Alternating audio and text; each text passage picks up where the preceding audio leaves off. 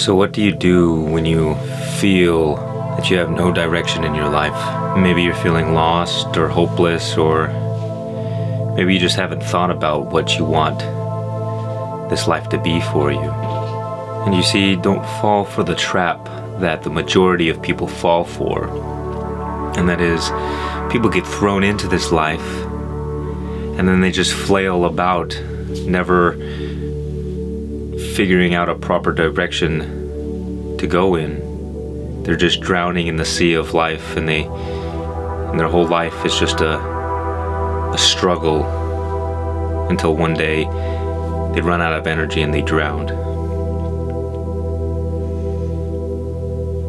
And so sometimes, before you can find the direction to go in with your life, you need to first address one of the greatest problems that we face, and that is reacting to our environment.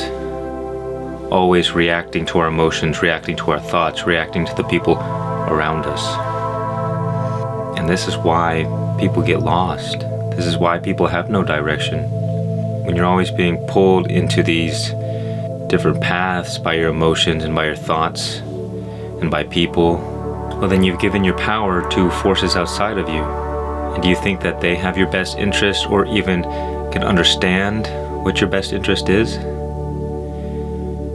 And so that is the price that we pay for not claiming our power, is that we become slaves.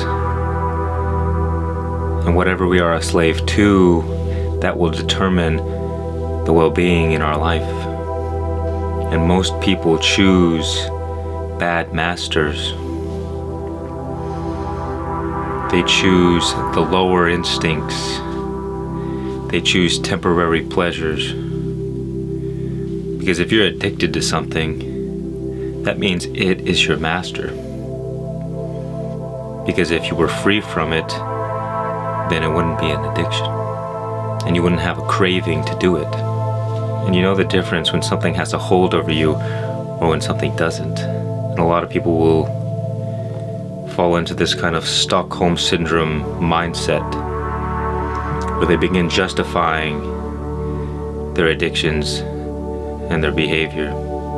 And so you see, the less we can react to our emotions and to our outer environment, the less we will so easily fall to these addictions and self-destructive behaviors. Because in a way, all of our vices are just reactions. The reactions to stress. You'll see that anytime you have a stressful situation in your life, you'll return to the same habit. I mean, how common do you think this is with cigarettes or tobacco? Anytime any kind of stress appears, oh, I need to have a cigarette. Because we believe that the cigarette will help us relieve the stress. But how is something that is keeping you a slave relieving stress? Can you be stress-free and a slave at the same time? Or does stress-free only come with freedom? If a stressful situation comes and you don't need to turn to any temporary coping mechanism, that is stress-free living. Because you have transcended stress. You have become the master, not only over yourself, but over your environment. Because what you are telling the world, what you are telling the universe, is that it really doesn't matter so much what life throws at me. It's that I will choose to respond accordingly and not react so spontaneously. And so if you lack direction in life, the first thing we must begin to focus our attention on is mastering our emotions and becoming less reactive to the environment around us. Because the environment that we exist in is outside of our control a lot of the times. And so you have to develop this inner strength, because in truth, we allow our environment to affect us. It's no different than saying, you make me happy, where you make me angry or you triggered me. And all of that is just pretend. And so we have to develop the skill to create our environment from within, to become firmly grounded within ourselves. And in this sense, the environment won't have such a heavy pull over our lives. It's like if you were a great big tree and your roots were firmly grounded and deep, then no storm that comes will be capable of blowing you over. But if you have no roots, then the lightest of breezes can come and ruin your life. And this is what you will find. This is what you will find with people who have bad masters, who spend their energy on temporary pleasures and lowly addictions, is that when the winter comes, they will have nothing stored to survive it. They will have no roots to keep them grounded, to get them through. And so these are the people, and there are many of them, who every day are getting washed away, washed up by life.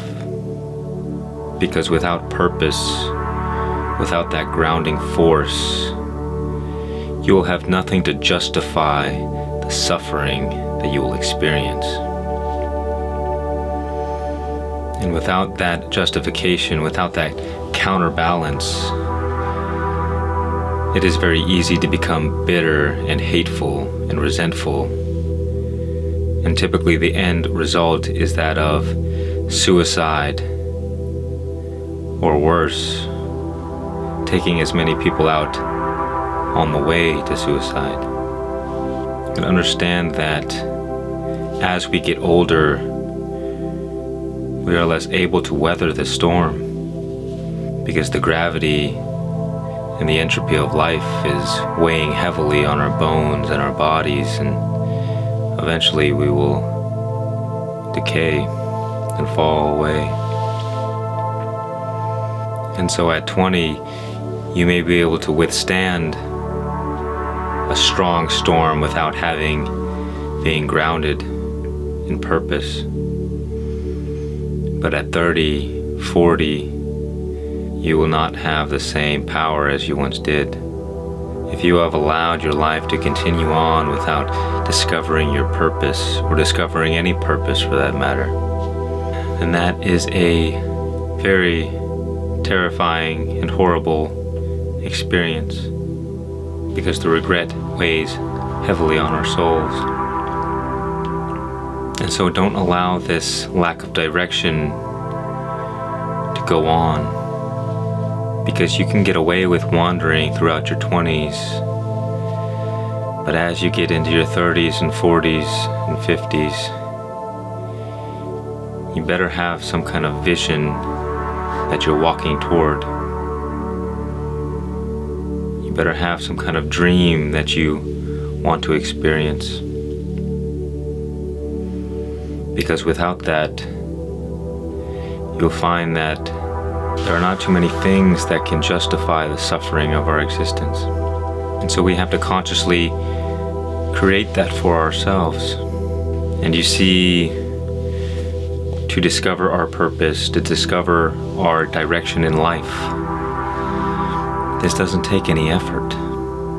It's just most people procrastinate and delay taking that first step. And you can deal with all the other problems that come along with this later on, but if you never take the first step to know where you're going, well, then you will just drift throughout life.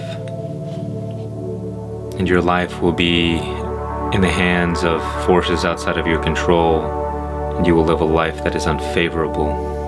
And so understand that there is a power within you that is calling you toward some higher purpose. And so you don't even necessarily need to figure it out. But you see, You have to spend the time to sit with yourself and ask yourself and imagine. You have to imagine what your ideal life would look like. See what you want to see.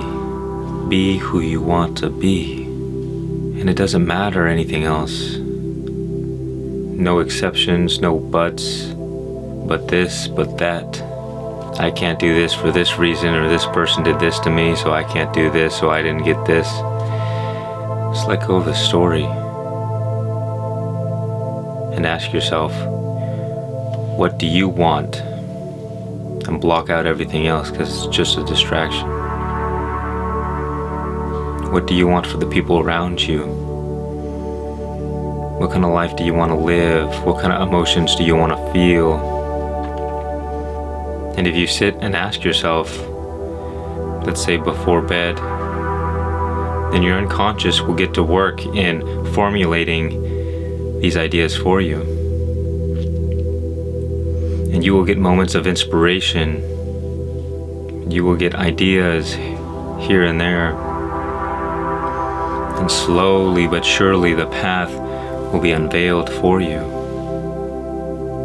But this all begins in sitting with yourself and asking yourself these questions. And you can't tell me that it takes any effort whatsoever to imagine what life would be like if you had everything you ever wanted. Regardless of whatever life circumstances you are currently in. It doesn't matter. Nothing else matters, because you can focus on what you want. And then the tough part for a lot of people is keeping with you the belief that you can do it, the belief that it will happen.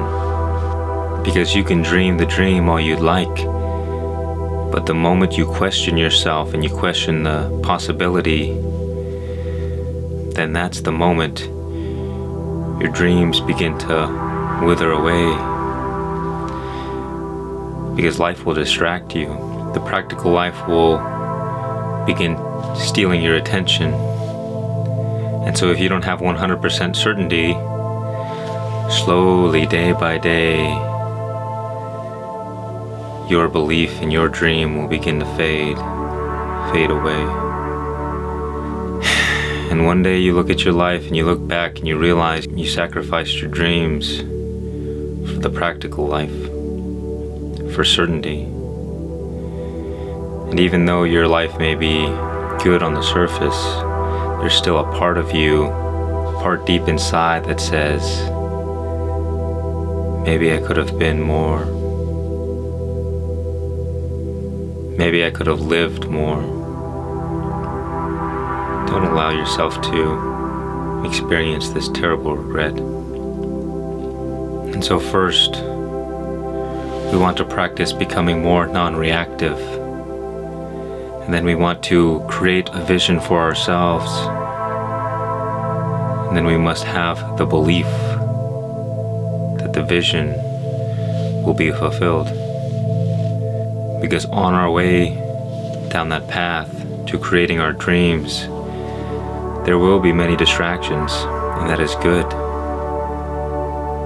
Because these distractions are a test to see whether or not you deserve what you ask for. And if you are not grounded in your purpose, if you do not have a clear vision, well then it is easy to fall to temptation, to vices, to temporary pleasures, because at least it'll help you feel something. So I would suggest to begin creating this life of your dreams, all you have to do is continue to clarify your vision, your dream. Begin to imagine it every day. Begin to think about it all the time. Write it down. Continue to articulate your dreams. Because the more you focus your attention on something, the more energy you give it, the more life you give to it. And the more life you give to it, eventually it becomes manifest in your life. You create it into existence. And so that's all you have to do. And you don't have to understand how it's going to happen. And you don't have to figure it out. Because as long as you don't lose focus, all you have to do is take one step at a time. Put one foot in front of the other, and the path will be revealed for you. Because your dreams want to be manifested, but we get in the way and prevent them from ever becoming true. And so ask yourself, does it take any effort to believe in yourself with 100% certainty? Or is it better to continue struggling with your limiting beliefs and saying, why you can't do this thing or why it's not possible? Because you are disgracing the power within you in that case.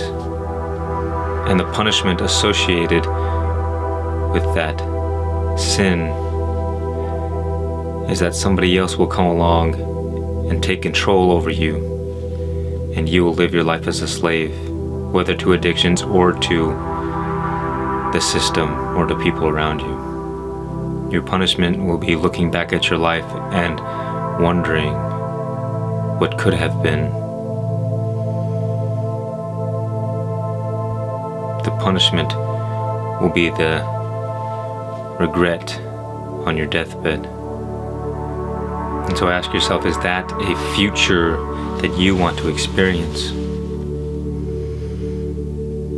And even if you've spent a lot of your life on things that were not as important as you thought they were, so long as you're still breathing, there is still hope to create a better future. Because the desire and the hope, that will fuel you to live on and keep moving forward. But you see, a lot of people don't have that desire to make things better. They say they want it, but they're not willing to do anything about it. Or maybe they dabble here and there and try and make things better occasionally, but your desire is a direct reflection of how much energy you put into something. And so it really comes down to whether you actually want it or not. Do you want the dream? And you see, if you're not clear on what your dream is, when the roadblocks come, when the challenges arrive, when the stress hits you, and you begin to question everything, you begin to question your path, your dream. Is it all worth it? Is this life even worth it? If you are clear on your purpose, then you will get through these challenges and emerge victorious. And if you are not clear on your purpose, well, then you will fall and you will let your dreams die before you. And you may call it faith, that force that allows you to keep persisting when you're against all odds. Or you may call it understanding, because once you know your true power as a creator, then you realize that you can create any reality that you desire, because reality is created from the mind. And so you need not worry about your current life circumstances, because they are just temporary. But if you do not consciously take a moment to listen to that higher calling, well, then maybe you'll be stuck that way forever. And the thing is, the whole time you will have known what you needed to do. You will have heard that voice in the background that was almost drowned out by all the other voices and the distractions. you will have heard that voice calling you to a higher purpose, and you will have chosen to ignore it. Because growth and change is suffering. And those who are afraid of suffering are cowards. But those who go through the flames of suffering head on, these are the warriors.